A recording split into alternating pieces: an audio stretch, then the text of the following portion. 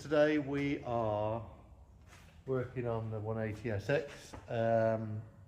If you follow socials, you might have seen what's been happening over the last couple of weeks. We had a bit of we've done an 8HP swap, is where it all starts. Not really been posting much about it because we've been learning as we go. So an 8HP is an automatic gearbox, which is obviously better for drag racing.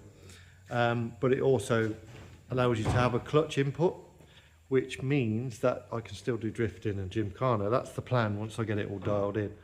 So I've had a lot of people helping, so thanks for all the people that have inputted in help with the technical side of it. I've done a lot of research on it, and the main guy that helped me out was a guy called Rasmus Muller from Sweden. So thanks massively to him, because he actually dialed it in and tuned it all at the end.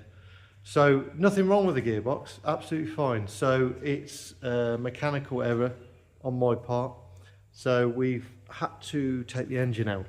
As you can see in the background, the engine's out with help from my brother Huxley Motorsport, so thanks for that. We've got the engine on the stand, or Mark has. We're going to strip it down.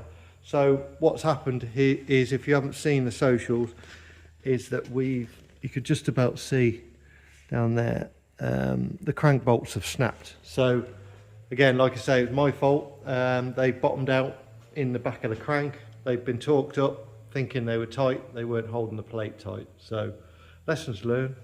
So we sheared all of the bolts off, which is yeah, unusual, but you know, if there's something to break, then I'll break it. As my brother will confirm. So today I'm going to strip the rocker cover off, flip it upside down, try and take as least off it as I can. We're going to remove all the sump, take the crank out. I've got a spare crank. I'm going to measure and see if there's any wear and tear on the shells and whatnot, and then go from there. So follow along, and thanks for watching.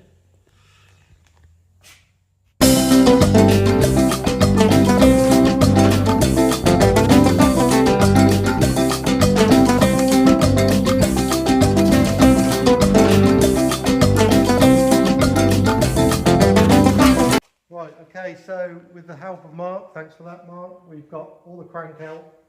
It was a bit of a tricky job trying to get the oil pump off, obviously, because that's sealed there. So that might be tricky to get back together. All the shells have come out, thrust bearings and whatnot, all look pretty good, to be fair. A little bit of wear on that one. This one looks brand new. All these look good, apart from that, just that little line there, you can just about see started to score. All the others, absolutely fine. All the journals on the crank, perfect.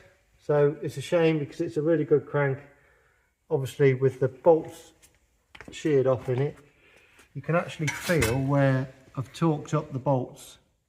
You won't be able to see it, but you can actually feel where it's pushed the metal through, so it'd be interesting to see how thick that is. So that's my mistake.